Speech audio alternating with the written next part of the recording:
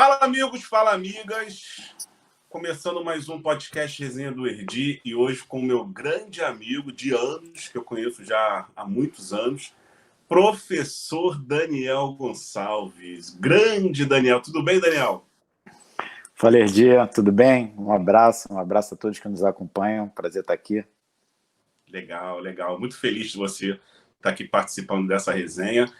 Eu sou extremamente grato, né, porque eu tive a oportunidade de começar no meu ambiente profissional, graças a tendo você, né, como uma referência. E hoje, depois aí de alguns anos, a gente poder trocar um bate-papo, uma conversa, um bate-papo informal e falando um pouquinho sobre a sua trajetória, né, sobre as suas ações, que eu tenho certeza que impactaram muito aí no esporte brasileiro, no futebol brasileiro. Daniel, queria que você se apresentasse um pouquinho para a gente, falasse um pouquinho da sua história, de onde você começou, onde você estudou. Fala um pouquinho de você, Daniel. Bom, Edi, eu sou bacharel em Educação Física pela FRJ. Minha experiência com esporte, ela é desde criança, em diversas modalidades. Participei aí de maneira federada, né, competitiva do atletismo, como velocista. Fui velocista do Vasco aí dos 14 aos 20 anos. E quando eu estava já no terceiro ano da Faculdade de Educação Física, aí não dava para conciliar, parei para me dedicar aos estágios, a um aprofundamento na profissão. E a minha trajetória no desporto de alto rendimento é basicamente atletismo e futebol. Claro que já tive participações aí no MMA, no nado sincronizado, na função de fisiologista. E no futebol atuo como estagiário desde 98, iniciei como estagiário no Flamengo, tive a oportunidade de me tornar fisiologista do Vasco em 2003 e aí tive passagem em outros clubes aí exercendo a função ou de fisiologista, ou de preparador físico, ou de auxiliar técnico, ou de treinador, ou de coordenador científico, né? Passando aí para o futebol feminino, clube de menor investimento, como Duque de Caxias, Bom Sucesso, nas funções aí de preparador físico, ou de auxiliar técnico, ou de treinador de base, do Vasco, treinador de futebol feminino, da Seleção das Forças Armadas como treinador, e do Vasco como fisiologista, coordenador científico, do Flamengo fui preparador físico e coordenador científico, e agora no Palmeiras como coordenador científico, além de passagem também no Criciúma como gerente científico. Legal.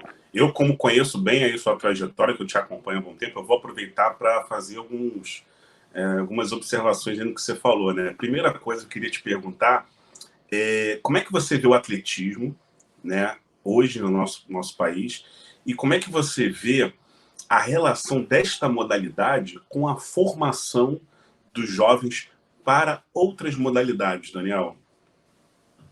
Sim. O atletismo é um desporto terrestre base, né? É uma pena aqui que não há uma política esportiva, né? Uma política pública esportiva. E a célula máter do desporto brasileiro é o clube, né? São os clubes, né? Se a gente tivesse um modelo baseado na educação, aí pudesse ser escolas, a gente poderia ter um desporto estudantil, universitário muito forte, como é o desporto dos Estados Unidos, e, consequentemente, trazendo não somente uma base esportiva, mas também como social e cultural. Mas em se tratando aí de aspectos motores, né, o lema do atletismo é correr, lançar, saltar, né, e passa aí por todas as modalidades terrestres. Todas as modalidades terrestres necessitam de correr, saltar ou lançar, e seria uma excelente oportunidade como base aí para as outras modalidades, né? Principalmente Te o ajudou? futebol. Te ajudou? Sem dúvida, me ajudou. Até os conceitos que eu tinha de treinamento desportivo eu pude confrontar já na universidade, quando eu tive acesso à informação. Hoje o acesso à informação é bem diferente. Na minha época, eu ingressei em 96, né? Terminei em 99/2, no final de 99. Então, o material que existia eram as publicações físicas traduzidas pelo falecido Dr. Giuseppe Taranto, né, como o livro do Fox de Fisiologia do Exercício, ou então a publicação do treinamento esportivo do Gomes Tubino, né, o velho Tubinão, e que era uma publicação de 79. Então a gente era bastante defasado aí em termos de busca da informação, né? Hoje em dia os alunos da graduação estudam através de artigos publicados no ano corrente, então tudo por meio virtual e eletrônico acelera muito a obtenção do conhecimento e da informação. Na minha época, não. Então, aquilo que eu pude confrontar em termos de metodologia do treinamento era a minha vivência como atleta, né? Em termos de periodização, em termos de desenvolvimento físico, em termos de busca do entendimento da fisiologia do exercício. Eu me lembro que um excelente fisiologista, se tornou treinador da seleção de atletismo depois, era meu colega de classe, a gente discutindo na aula de fisiologia do exercício, sobre como treinar a tolerância do sistema lático. Aí ele deu um exemplo, né? Não, só colocar o meu atleta para dar um tiro de 400 com intensidade máxima e um depois repetir. Pela fisiologia estava certo, né? Mas pela prática a gente sabia que um atleta ele demoraria para se recuperar pelo menos 20 minutos de um tiro máximo de 400 metros.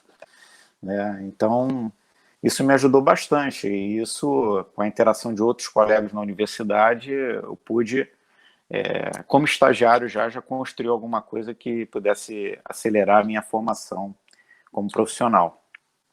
Olha, eu lembro de uma história sua, eu falo muito sobre o isocinético, até porque eu fui apresentado à avaliação isocinética por sua causa. Eu lembro que, acho que em 2004, 2005, lá no Vasco, eu trabalhava na categoria de base, você é fisiologista no profissional, e eu tive aquele interesse de fazer o meu TCC, né? Eu falo isso até hoje, fiz até um vídeo falando sobre isso. E quando eu fiquei ouvindo lá uma história de um equipamento que era isocinético, que não tinha validação, as pessoas não falavam muito claro. Quando eu te encontrei, você me explicou o equipamento e junto com o professor Fábio Ganimi, que está hoje lá na China, cuidando do Muriqui, a gente realizou um trabalho de conclusão de curso em conjunto. E eu lembro de uma história, você falando que você trabalhava no atletismo e na época do Vasco ninguém sabia mexer naquele equipamento. Você aprendeu uma noite inteira. Conta essa história pra gente, Daniel. Ah, sim, né? Na verdade, eu tive a oportunidade sou mais velho que você, né, Erdi? E a tua trajetória aí também está seguindo um caminho aí brilhante, né? E você tem méritos plenos disso, não tem... eu não te oportunizei nada, você, pelo contrário, que abriu os teus caminhos aí, lá naquele momento lá do Vasco. E você sempre antenado e na busca pelo conhecimento, você se informou do equipamento Gold Standard na avaliação de força, até hoje que é o equipamento isocinético, principalmente em termos de publicações científicas. E eu tive a oportunidade de ser aluno da FRJ do professor Paulo Figueiredo, grande fisiologista de exercício. Na época ele coordenava o laboratório de fisiologia do Flamengo, e na ocasião ele nos convidou, né, para conhecer o laboratório dele, e lá tinha um isocinético. A partir dali comecei a ter contato com o isocinético, né, com o Cybex Norm, e a operação era totalmente efetuada lá pela gente estagiário. Me lembro que a Estácio, no campus Axia, adquiriu um outro isocinético, não sei se era um Chattanooga, tive acesso também lá. Na época, o Paulo Figueiredo, juntamente com o Newton Petroni, o Filé, montaram uma clínica hoje ali no condomínio Rio Mar, né, que tinha também equipamento isocinético. E quando o Vasco adquiriu, nos anos 2000, todo o departamento médico do Vasco, como o professor Maurício Negri, também fisiologista, do INTO, hoje residindo nos Estados Unidos, eles começaram a operacionalização do isocinético. Eu, na ocasião, estava no atletismo, tive um pouco de acesso lá aos cursos, etc., mas nunca mais tive contato, né? Você sabe que futebol é uma área bem restrita, né? E tem que ser, tem muitas informações confidenciais.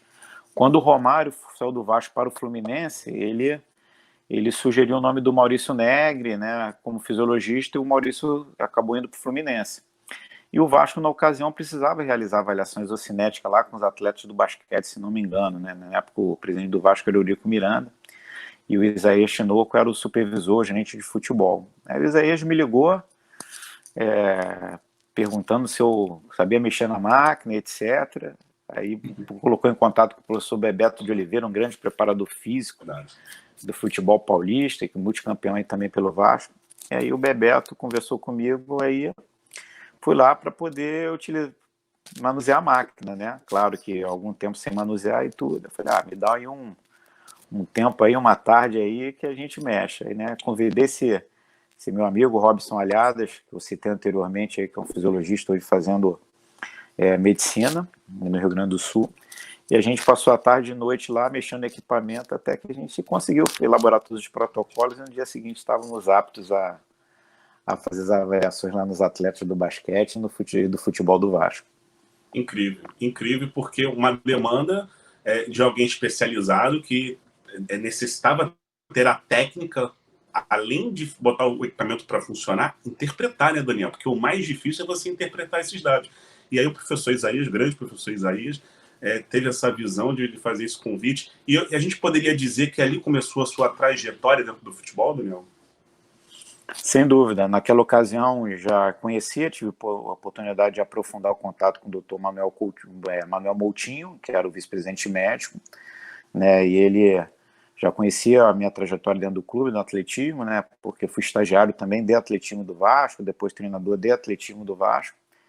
E aí ele avalizou a minha trajetória ali, juntamente com o Isaías e a minha contratação e o Bebeto, e tive a oportunidade de trabalhar lá com os médicos do Vasco, né, o doutor Clóvis Munhoz, Alexandre Campelo, Fernando Matar. Campeão da Copa do Brasil, 2011. Verdade, Paulo César Andrade, e, enfim, Dr. Paulo aí César. pude fazer aí a parte ali do corpo ali do departamento médico, né, já que a fisiologia era ligada ao departamento médico, me abriu as portas, né? Eu sempre tive interesse quando ingressei na Faculdade de Educação Física, tanto é que sou bacharel, em atuar em desporto terrestre, né? E aí eu transitei por todas as áreas, né? Mas também não negligenciei, tive uma oportunidade de trabalhar no desporto aquático, que foi o nado sincronizado, juntamente com o Paulo Figueiredo, com o nado sincronizado do Flamengo e também com a seleção brasileira, que foi campeã pan-americana em Winnipeg em 99. Mas, assim, tinha sempre o interesse em transitar por diversas áreas para poder ter bastante diversificação de processos, né, de vivência de processos. E o isocinético foi, sem dúvida, um equipamento que me abriu as portas, até porque existiam muito poucos profissionais na ocasião que tinham domínio do assunto. Muito bom. Eu lembro que em 2015, se eu não me engano, você já estava no Flamengo, 2015, 2016, você entrou em contato comigo perguntando sobre a questão da termografia. E a partir desse momento, o Flamengo, a sua entrada no Flamengo, fez com que o clube tivesse uma mudança, né, de mentalidade, filosofia a longo prazo, que permitiu conquistar, aí, principalmente no ano passado, né, diversos títulos, diversos torneios. O que a sua mudança de fato impactou dentro dessa rotina do futebol? O que você acha que você agregou, né, dentro do processo do Flamengo? Porque a gente de fora, Daniel, a gente associa muito a você. Eu sei que você é um cara extremamente humilde, você vai falar, não, o processo estava organizado, mas a gente vê o seguinte, o Daniel foi para o Flamengo e mudou todo o processo do Flamengo, organizou, né, criou protocolos, criou toda uma estrutura, da mesma forma com o seu retorno para o Vasco. E aí eu acompanho mais o Vasco, né? A gente teve um ano péssimo em 2018, e com o seu retorno em 2019, eu falava até com um amigo em comum nosso, salvou o Vasco, porque a gente conhecendo o seu trabalho, a gente sabia que o clube ia diminuir a quantidade de lesões, né, na temporada, a gente sabia que o time ia ter uma evolução. Então eu queria que você falasse um pouquinho sobre essa mudança de paradigma do Flamengo, né, nos últimos 5 anos, desde a tua trajetória, o que você impactou de fato. Eu sei que isso de repente, uma pergunta um pouco complexa, né, de se avaliar, mas eu tenho certeza aí da sua participação nessa evolução do time do Flamengo. Bom, o Flamengo ele já vinha no processo de estruturação, né, tanto de ordem financeira como administrativa, estrutural, estruturação física através do seu CT. Eu trabalhei no Vasco até final de 2014 e depois saí, né, na mudança de gestão, né, da saída do Roberto Dinamite com a entrada do Eurico Miranda na presidência, eu saí. E aí fui convidado pelo Pavanelli, no primeiro momento, que era o fisiologista do profissional, né, para fazer parte, a professora Pavanelli, para fazer parte do Centro de Excelência em Performance, que ia ser montado no início de 2016. Né, o CT do Flamengo já estava em obras ali, ainda numa obra para ser uma estrutura provisória, né, porque o Flamengo hoje ele tem 2 CTs de alto nível, o CT profissional e o CT da base. E na ocasião, fui convidado lá para exercer esse papel, coordenando a fisiologia das categorias de base. Nesse processo, tive um convite para assumir a gerência científica do Criciúma, lá convidado pelo Felipe Ximenes, gerente de futebol, e pelo Petkovic, que foi o treinador da equipe na ocasião. Era uma proposta sedutora, o Criciúma estava na Série B, queria retornar à Série A e tinha uma estrutura física muito boa. Eu aceitei o convite. Mas acabou que o projeto não deu muito certo, o presidente Angeloni acabou não concluindo o mandato e aí acabou que nós não conseguimos ter a participação efetiva no campeonato. E aí no final de 2015, em dezembro, o Dr. Márcio Tanuri me convidou para dar prosseguimento a essa intenção do Centro de Excelência em Performance, assumindo a coordenação científica e para estabelecer os processos, né?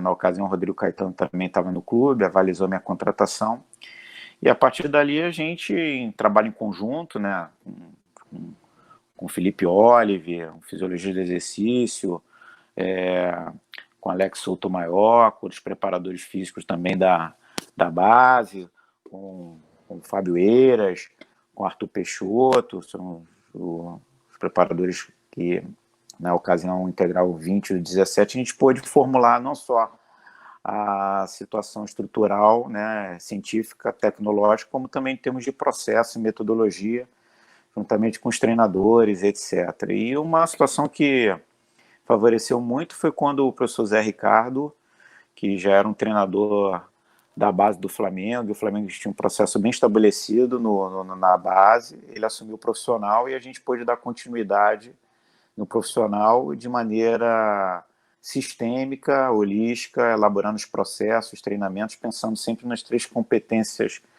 grandes competências do futebol, que são as questões técnico-táticas, físicas, fisiológicas e mentais e emocionais.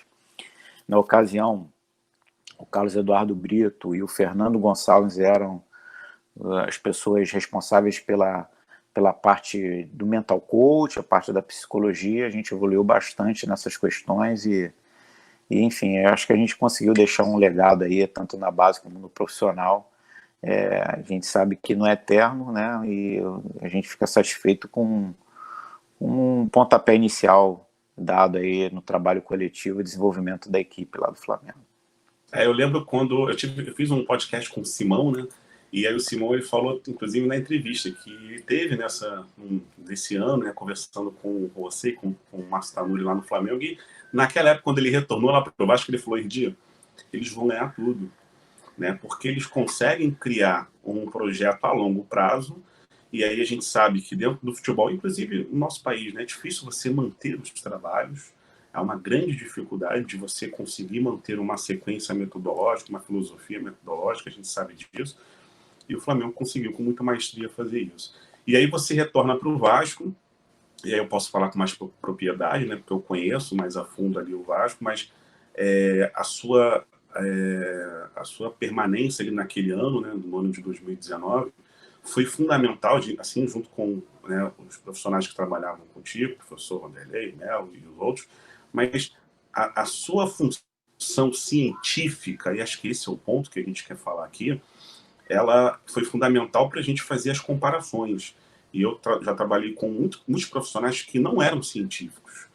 E esse aqui é uma resenha, Daniel, é uma resenha científica, né? A gente sabe da importância do se basear em evidência. É claro que a sua experiência ela conta muito, mas a gente tem muito charlatão, e o charlatão ele trabalha muito no achismo, ele trabalha muito com conflito de interesse. Você sempre foi uma pessoa muito responsável nesse sentido e, por isso, né, consegue ter uma boa imagem, né, desse meio. Eu queria que você falasse um pouquinho sobre essa relação da academia, né, do ambiente acadêmico e da prática, né, do futebol.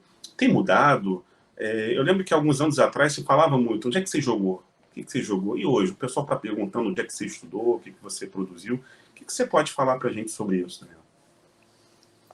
Sem dúvida, é um assunto complexo, né, e até certo ponto polêmico, porque o futebol ele tem inúmeras variáveis, né, então a gente não pode negligenciar os aspectos intuitivo, empírico também nas abordagens do futebol, né.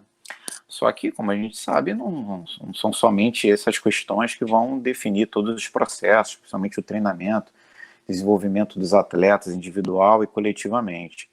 Existem as questões científicas. A gente viveu algumas eras aí, né, no futebol. No futebol na década de 70 ele pode ser considerado não só o futebol como a metodologia de treinamento esportivo como uma era científica, né, principalmente na Europa.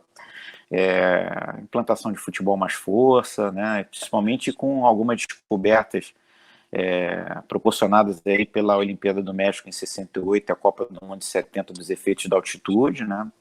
Então a necessidade de aprofundar nas questões fisiológicas e adequar o jogo.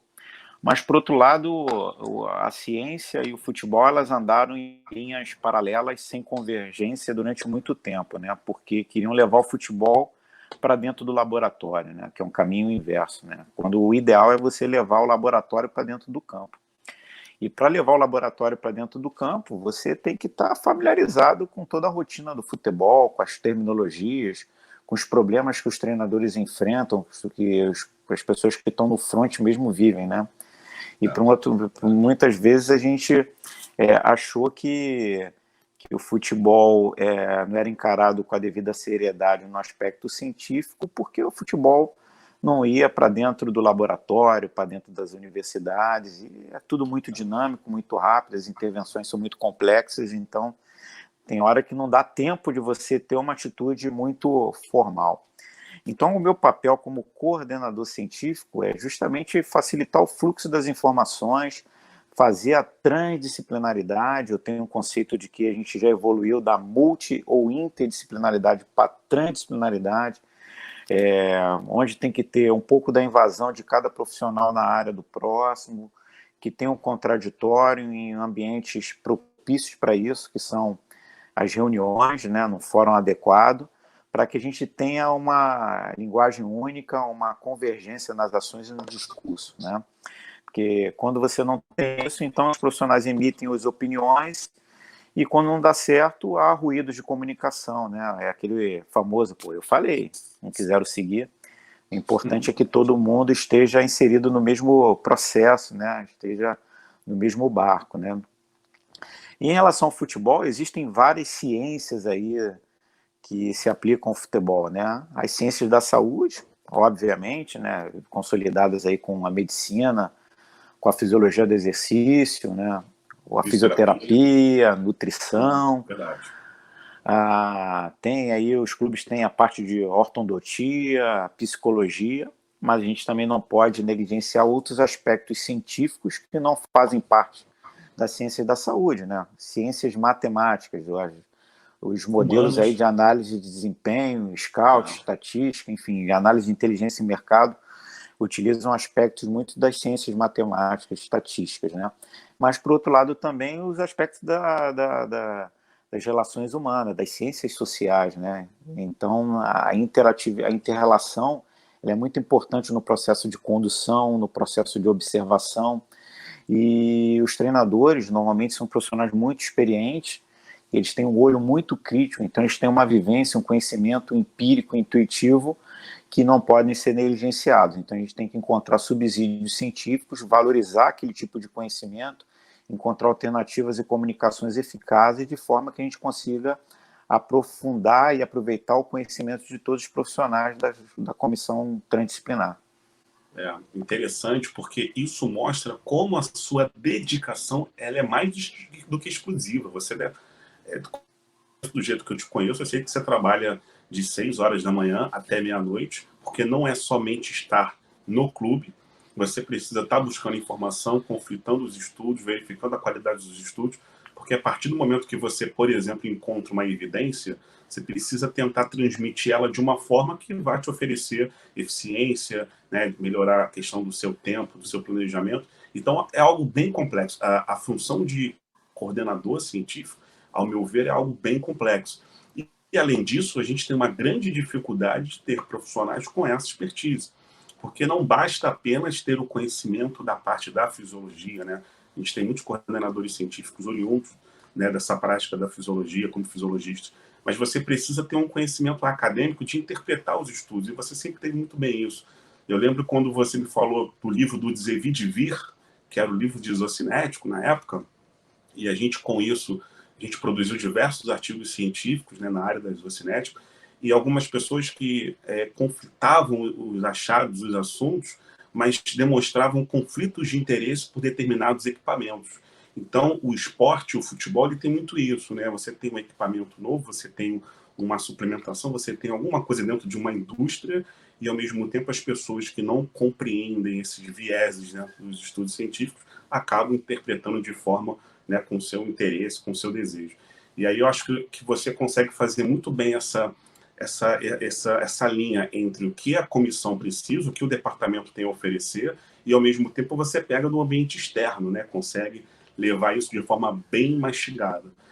Fico muito feliz, Daniel. Parabéns que você tem conseguido servir de referência, né, para os profissionais que estão gerenciando esse processo. É algo novo.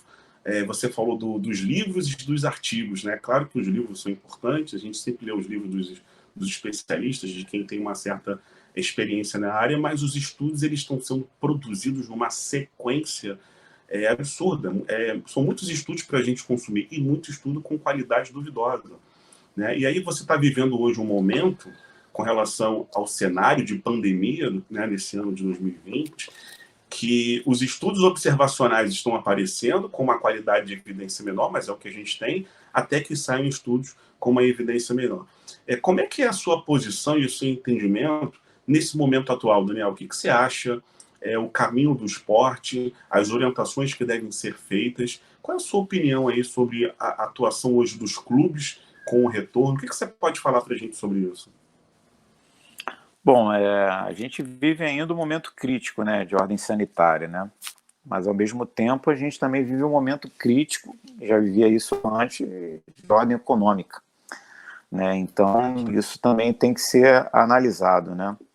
Se a gente fosse analisar somente de ordem sanitária, eu não acredito que seja um momento ideal ainda para a flexibilização, para a tomada de medidas aí de aberturas econômicas, né?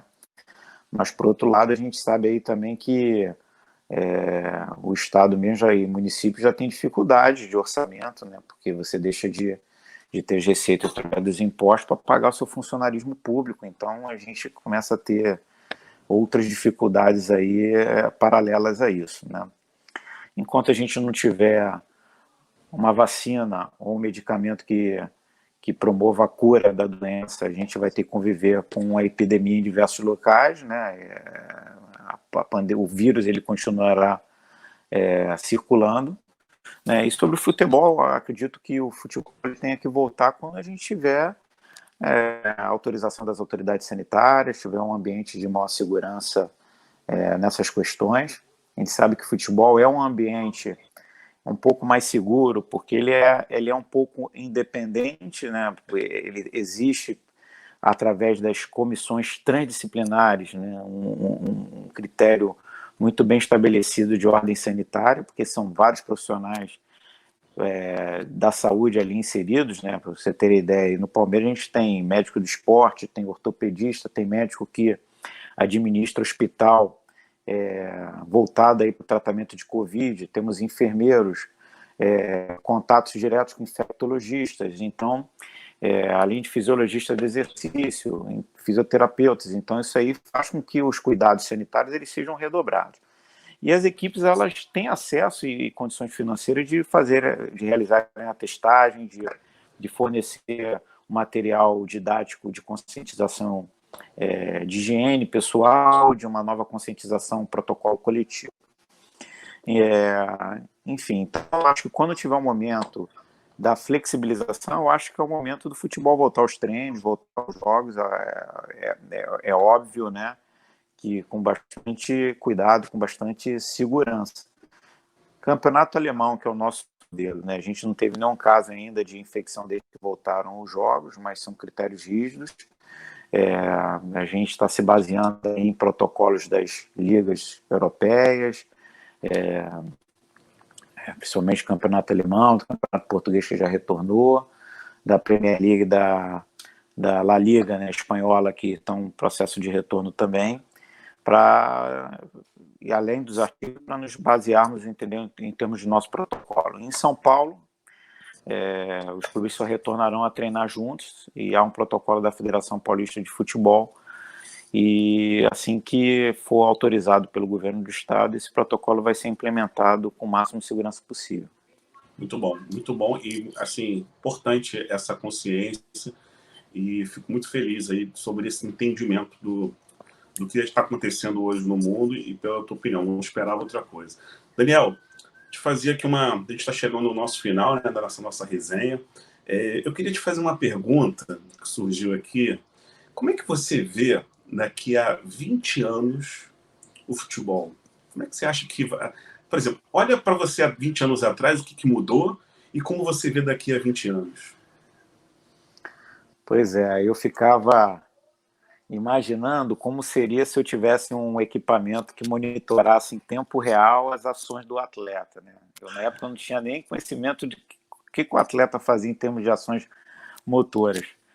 E no momento que, no final da década do anos 2000, né, entre 2009 e 2010, ali saiu um equipamento que poderia, através de, em tempo real, dos acelerômetros e do GPS, dar isso daí para a gente. Pô, isso para mim foi uma grande mudança em termos de desenvolvimento de metodologia de trabalho de ordem física fisiológica. Daqui a 20 anos, eu confesso que eu nem imaginaria. Eu acho que o jogo, por si só, mudou muito, ele é um jogo muito mais intenso, muito mais rápido. Tive a oportunidade, nesses momentos aí de confinamento, ver bastante jogo antigo para comparar com os jogos atuais, né, principalmente das décadas de 80, que era um futebol mais vistoso, os jogadores eram tecnicamente aí, muito talentosos, muito desenvolvidos nos fundamentos, mas assim, hoje o futebol, a briga pela retomada da bola é muito intensa, né?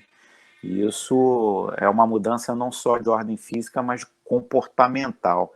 Então, eu acredito que os aspectos neurais, né, o desenvolvimento neural, seja aí um aspecto a ser desenvolvido, técnicas de desenvolvimento neural para poder os atletas terem um novo comportamento dentro de campo, nova consciência, ter uma velocidade aí de ação muito mais rápida por esses aspectos.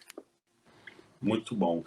Se você pudesse hoje dar um recado aos profissionais que sonham, né, ter uma carreira no futebol, trabalhar dentro da fisiologia, trabalhar na função de coordenação científica, se você fosse aquele jovem, né, com 17, 18, 20 anos, o que você poderia falar para esse jovem, Daniel? O que ele precisa fazer, o que ele precisa ter para ingressar dentro de um mundo desse? Sim. No treinamento desportivo de alto rendimento, né, quem foi atleta, ele leva vantagem, sem sombra de dúvida, mas há espaço para aqueles que não foram atletas de alto rendimento. Vide aí que existem treinadores de futebol, não só no Brasil como no mundo inteiro, que não foram jogadores de alto nível e conseguiram se tornar treinadores de futebol. Isso num ambiente bastante seletivo como é o futebol. Então, em outras modalidades também é possível você ingressar.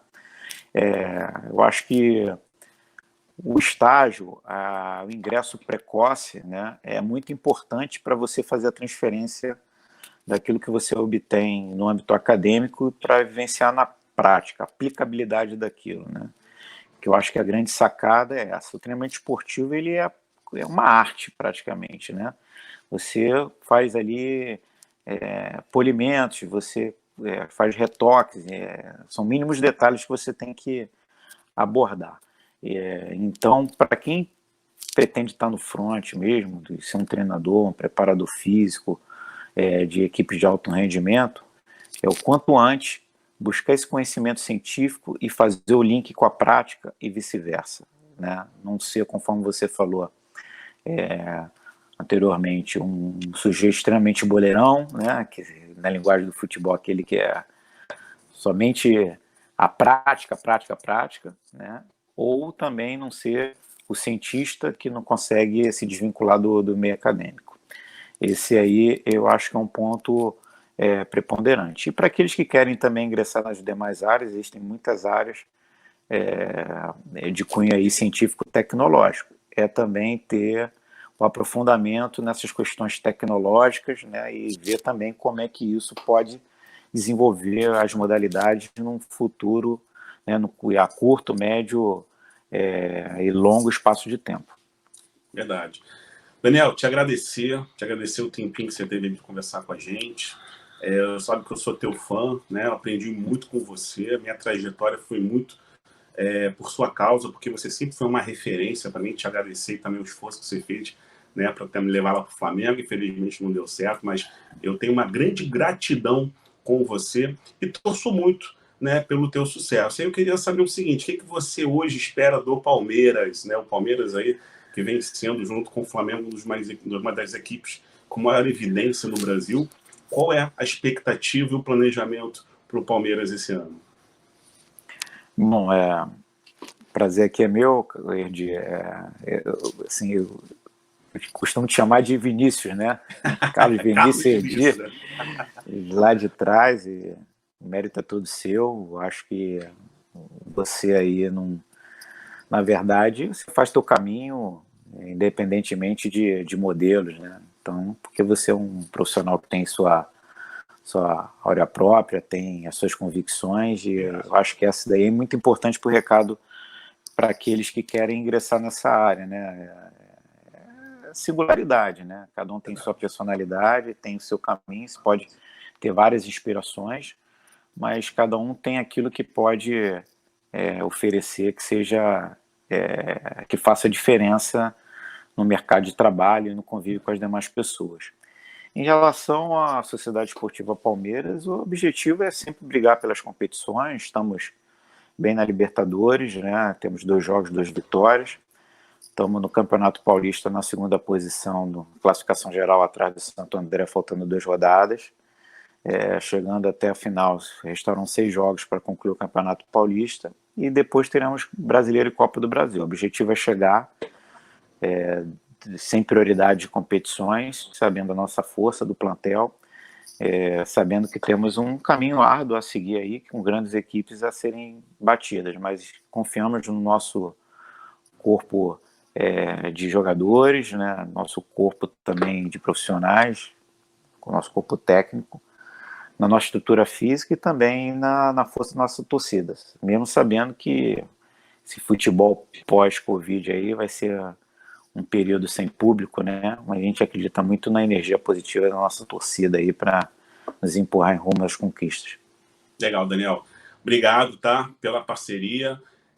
Falar para você que está assistindo no YouTube, não deixem de se inscrever, também compartilhar com os amigos que, né, são palmeirenses, são da área da ciência, que curtam o trabalho do Daniel, e também quem está assistindo no Spotify, compartilhar entre os colegas. Daniel, muito obrigado, tá, mais uma vez, pela parceria que a gente faz. Sempre quando eu te convido para uma palestra, para algum tipo de evento, você está sempre disposto, não tem como te agradecer, e desejo muito sucesso para você esse ano. Eu tenho certeza que o Palmeiras vai longe, principalmente porque você, o Melo, né, o Vanderlei, né, estão bem sintonizados, e vai dar tudo certo esse ano, pode ter certeza. Tá bom, meu amigo?